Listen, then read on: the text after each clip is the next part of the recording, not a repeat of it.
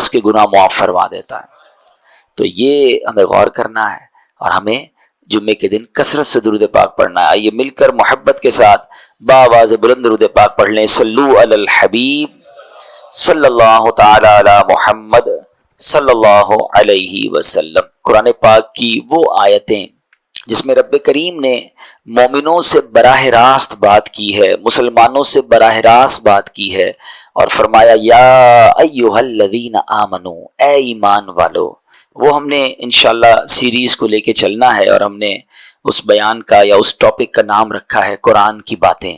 تو پہلی آیت ہم کور کر چکے تھے جس میں نبی پاک علیہ الصلوۃ والسلام کی شان بڑے شاندار انداز میں، سورہ بقرہ کی وہ آیت تھی جس میں ہمیں یہ بتایا گیا تھا کہ اے ایمان والو، پیارے آقا سے بات کیسے کرنی ہے، ان کو راعنا نہیں کہنا، ان کو انظرنا کہنا ہے۔ آج جو ہم نے آیت پڑھنی ہے قرآن پاک کی، جس آیت کو سمجھنا ہے، یہ بھی قرآن پاک کی سورہ بقرہ کی آیت ہے، پارہ نمبر 2 ہے اور آیت نمبر 153 ہے۔ بیوٹیفل آیت and so many good lessons from that آیت۔ اب وہ آیت کون سی ہے؟ بسم اللہ الرحمن الرحیم، یا ایھا الذین آمنوا استعینوا بالصبر والصلاۃ ان اللہ مع الصابرین۔ ترجمہ اس کا کیا ہے؟ اے ایمان والو، صبر اور نماز سے مدد مانگو، بے شک اللہ صابروں کے ساتھ ہے۔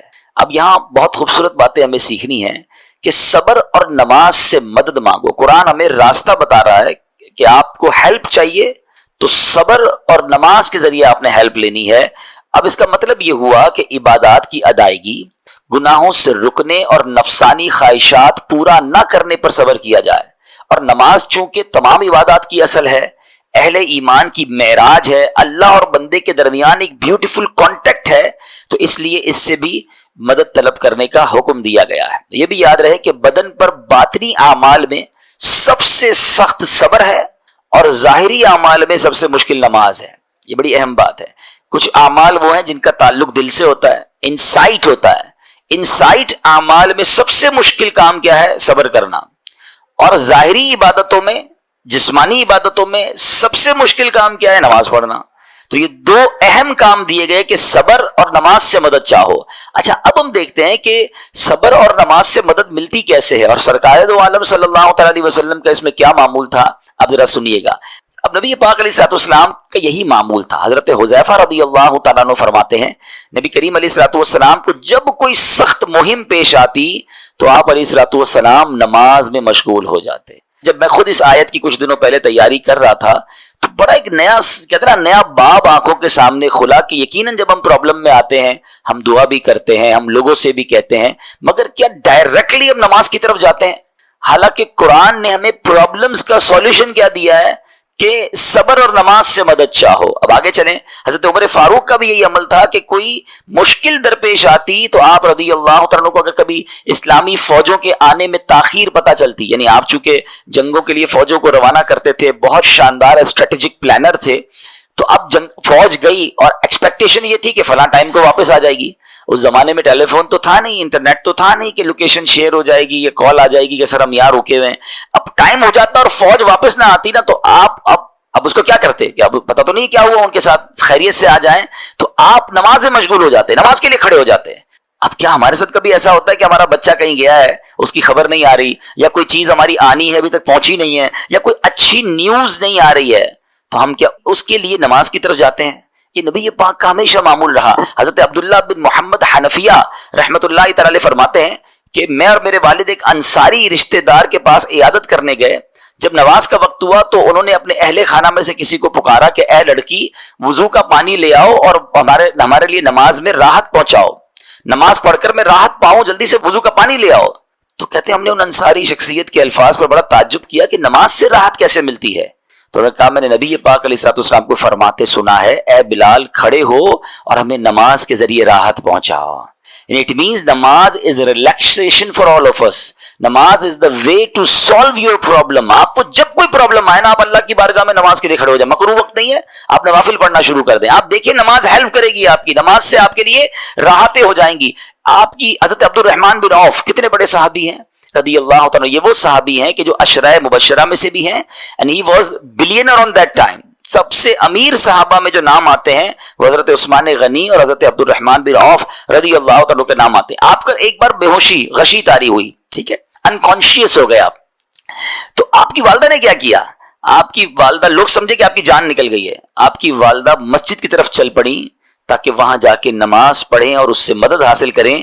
جب حضرت عبد الرحمن بن عوف کو ہوش آیا نا تو لوگوں نے کہا کہ آپ کی طبیعت کیسی ہے؟ تو آپ نے کہا کیا مجھ پر غشی طاری ہو گئی تھی ہیں؟ تو کہا جی. تو کہتے ہیں بے شک میری بے ہوشی میں میرے پاس 2 فرشتے آئے اور کہنے لگے تم چلتے نہیں کہ ہم تمہیں خدا کی بارگاہ میں لے جائیں اور تمہارے بارے میں فیصلے لیے جائیں؟ دوسرے فرشتے نے کہا انہیں لوٹا دو, یہ ان افراد میں سے ہے جن کے لیے ان کی ماؤں کے پیٹ میں ہی سعادت مندی لکھ دی گئی تھی, اور ان قریب اللہ تعالیٰ ان کے ذریعے ان کی اولاد کو جب تک چاہے گا نفع دے گا. اس کے بعد آپ رضی اللہ تعالیٰ 1 مہینہ مزید زندہ رہے, اس کے بعد انتقال ہوا. تو پتہ چلا کہ آپ کی والدہ نے نماز پڑھی, اللہ سے مدد مانگی اور آپ کو اللہ نے ایک نئی زندگی عطا فرمائی. تو آپ اپنی زندگی میں اس پریکٹس کو آج اس آیت سے دیکھیں, ہم نے کرنا کیا ہے. ہم جب بیان میں آئیں تو صرف بیان نہیں سننا ہے, ہم نے اللہ نے مجھے کہا کیا ہے. ہم اس ٹاپک کو لے کے اسی لیے چل رہے ہیں نا کہ میرے رب نے ڈائریکٹلی مجھ سے کیا بات کی ہے. تو آج اس آیت میں یہ لیسن مل رہا ہے کہ جب کسی پرابلم میں ہے, کلیمٹی میں ہے, تو اللہ کی طرف جانا ہے اور نماز سے مدد چاہنی ہے. وَاسْتَعِينُوا بِالصَّبْرِ وَالصَّلَاةِ. اچھا اب آپ دیکھیں پیارے آقا کی نماز کی کیسی عادت تھی. بادل گرجتے تھے, آندھی چلتی تھی, ہے کسی بری خبر کی اطلاع آ رہی ہوتی تھی, نبی پاک نماز کی طرف چلے جاتے. اچھا مجھے بتائیں نماز استسقاء کیا ہے؟ بارش نہیں ہو رہی ہے, پیارے آقا نماز پڑھا رہے ہیں.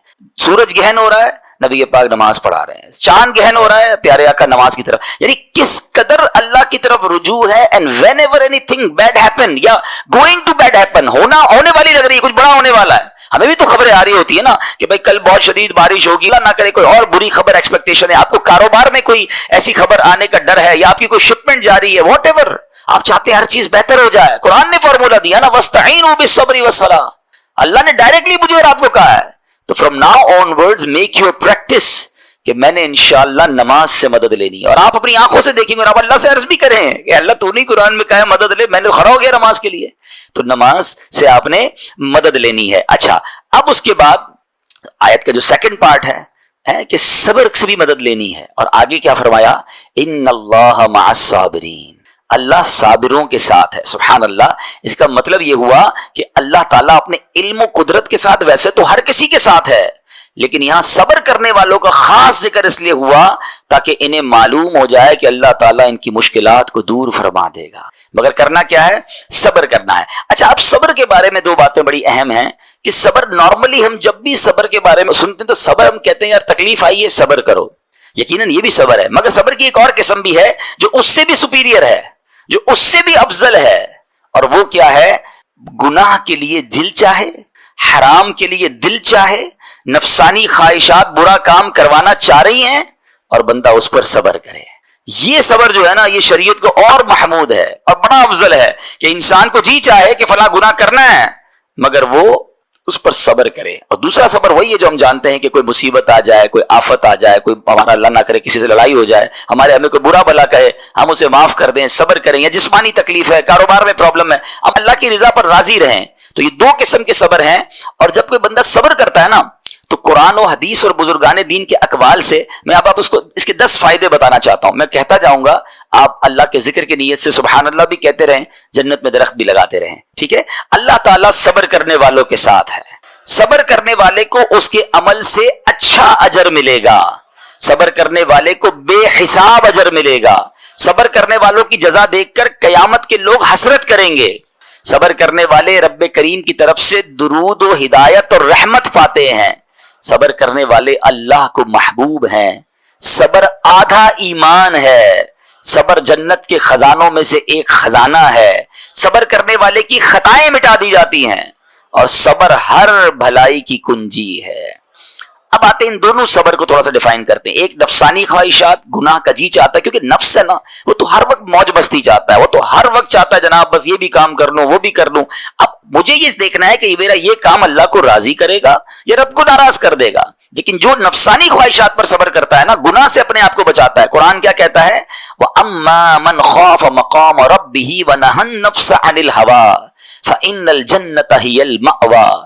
اور رہا وہ جو اپنے رب کے حضور کھڑے ہونے سے ڈرا اور نفس کو خواہش سے روکا تو بے شک جنت ہی اس کا ٹھکانہ ہے. دل چاہ رہا ہے, شیطان کہہ رہا ہے کر لے, کوئی دیکھنے والا نہیں ہے, علاقہ بھی چینج کر لیا, شہر بھی تبدیل ہو گیا, nobody here to watch you, مگر اللہ دیکھ رہا ہے. اچھا نارملی اگر غور کریں ہم گناہ کرتے کیوں ہیں؟ جتنے بھی گناہ ہے, what ever the list of گناہ اٹھائیے, کوئی شراب پیتا ہے, کوئی بدکاری کرتا ہے, معاذ اللہ کوئی جوا کھیلتا ہے, کوئی جناب بے حیائی کرتا ہے, گندی چیزیں دیکھتا ہے یا جھوٹ بولتا ہے, واٹ ایور, ان تمام گناہوں میں تھوڑی سی لذت ہے, ٹیسٹ. ٹھیک ہے, غیبت میں بھی ٹیسٹ ہے, بلکہ کتابوں میں آیا کہ غیبت میں شراب سے بھی زیادہ مزہ ہے, جبھی تو بندہ چھوڑتا نہیں ہے. اچھا لیکن یہ تمام ٹیسٹ میں ایک بڑی اہم بات اب میں کہنے جا رہا ہوں. یہ بزرگ نے بڑی کمال کی ون لائنر ہمیں دے دیا ہے. وہ کہتے ہیں کبھی بھی لذت کے لیے گناہ مت کرنا, کیونکہ لذت ختم ہو جائے گی, گناہ کا جواب اور پنشمنٹ باقی رہ جائے گی. اب آپ اس فارمولے کو سامنے رکھیں کہ جب بھی ہم گناہ کرتے ہیں فیو منٹس یا فیو آورز کی ایک انجوائمنٹ ہے, آفٹر دیٹ انجوائمنٹ ختم, مگر اس کا جواب باقی ہے, عذاب باقی ہے, اللہ نہ کرے اللہ ناراض ہوا تو پنشمنٹ باقی ہے. تو کیا فرمایا, انجوائمنٹ کے لیے گناہ مت کرنا, انجوائمنٹ ختم ہو جائے گی, عذاب باقی رہ جائے گا. اور اگلا سینٹنس کتنا خوبصورت ہے, فرماتے کبھی بھی تکلیف کی وجہ سے نیکی مت چھوڑنا, تکلیف ختم ہو جائے گی, اجر باقی رہ جائے گا. اب مثال دیتا ہوں, اس کی 2-3 ایگزامپل سمجھیے. گناہ کی ایگزامپل تو آپ سمجھ گئے کہ کوئی بھی تھوڑی دیر کا گناہ کرتا ہے, لذت پاتا ہے, وہ گناہ ختم, عذاب باقی. اب نیکی میں کیا ہوتا ہے, فجر کے لیے اٹھنا, نیند آ رہی ہے, دل نہیں چاہ رہا, آپ اٹھے, آپ نے وضو کیا, فجر پڑھا, وہ اٹھنے کی تکلیف تو ختم ہو گئی نا, واپس سونا ہے تو سو جائیے, مگر فجر کا اجر اور ثواب باقی رہ گیا ہے. رمضان کے روزے ڈیفیکلٹ ہیں, لیکن افطار کے بعد تکلیف ختم ہو جاتی ہے, ہم کھاتے پیتے ہیں, موج کرتے ہیں, مگر ثواب باقی رہ جاتا ہے. کبھی کبھی آپ کو کوئی مسجد میں بلاتا ہے, یار چلو بھائی بیان ہو رہا ہے, اجتماع ہو رہا ہے, کوئی نیکی کی بات ہو رہی ہے, نہیں یار دل نہیں چاہ رہا, آپ آ گئے, آدھے 1 گھنٹہ بیٹھے, پھر چلے گئے, وہ آپ کا جو ٹینشن تھا یا پریشر تھا وہ ختم ہو گیا, مگر ثواب باقی رہ گیا. تو اب اس فارمولے کو یاد رکھیے گا, جب بھی گناہ آپ کی طرف آئے نا, آپ سوچیں کتنی دیر کا فائدہ ہے. 1 گھنٹہ دوستوں کے ساتھ بیٹھوں گا, بری باتیں کروں گا, 2 گھنٹے فلم دیکھوں گا, 2 ڈھائی 3 گھنٹے, بس اس کے بعد جواب تو باقی ہے نا, قیامت تک اللہ کو جواب دینا پڑے گا. نہیں یار مجھے انجوائمنٹ کے لیے گناہ نہیں کرنا ہے. اور جب کوئی نیکی کا کام آئے اور آپ کو لگے یار دل نہیں چاہ رہا, مزہ نہیں آ رہا, بوریت ہوگی, چھوڑنا یار, تو بندہ سوچے کتنی دیر کی نیکی ہے, آدھے گھنٹے کی, 1 گھنٹے کی, بس 2 گھنٹے کی, اور ثواب باقی رہ جائے گا. Let's do it. اگر یہ بات سمجھ آ گئی نا آپ کو, تو انشاءاللہ دیکھیے گا گناہ سے بچنا اور نیکیاں کرنا آسان ہو جائے گا. تو اب کیا فرمایا قرآن نے کہ جس نے اپنے نفس کو روکا, کیا خوبصورت آیت ہے, وَأَمَّا مَنْ خَافَ مَقَامَ رَبِّهِ وَنَهَى النَّفْسَ عَنِ الْهَوَىٰ, اب رہا وہ جو اپنے رب کے حضور کھڑے ہونے سے ڈرا اور نفس کو خواہش سے روکا, تو بے شک جنت ہی اس کا ٹھکانہ ہے. اور ایک اور جگہ کمال سے فرمایا, وَلِمَنْ خَافَ مَقَامَ رَبِّهِ جَنَّتَانِ, مبارک ہو ان کو جو اللہ سے ڈرتے ہیں نا, صبر کرتے ہیں, گناہ نہیں کرتے, رک جاتے ہیں. قرآن کہتا ہے جو اپنے رب کے حضور کھڑے ہونے سے ڈرے, اس کے لیے 2 جنتیں ہیں, 1 نہیں 2 جنتیں ہیں. سورہ رحمان کی آیت ہے.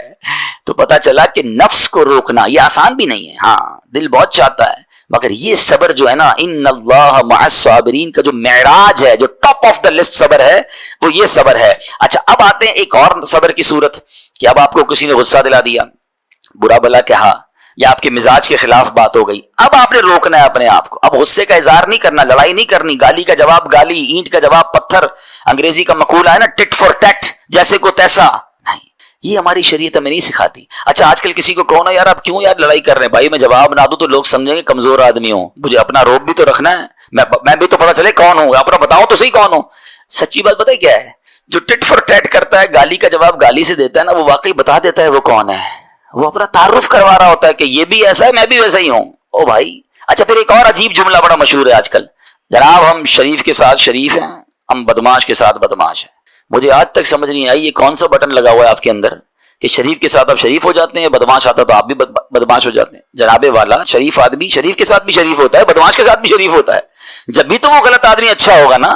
نبی پاک علیہ الصلوۃ والسلام نے گالیاں سن کر دعائیں دی ہیں, پتھر برسانے والوں کو بھی دعائیں دی ہیں, مگر ہم تو تیار ہی رہتے ہیں, یار میں بتاؤں گا اس کو میں کون ہوں, ایک گالی دی ہے میں اس کے ساتھ پشتوں کو گالیاں دوں گا. تو پھر آپ بھی ویسے ہی ہو گئے نا جناب. حدیث پاک کیا ہے, ہو از مور اسٹرانگر, ہو از مور پاورفل.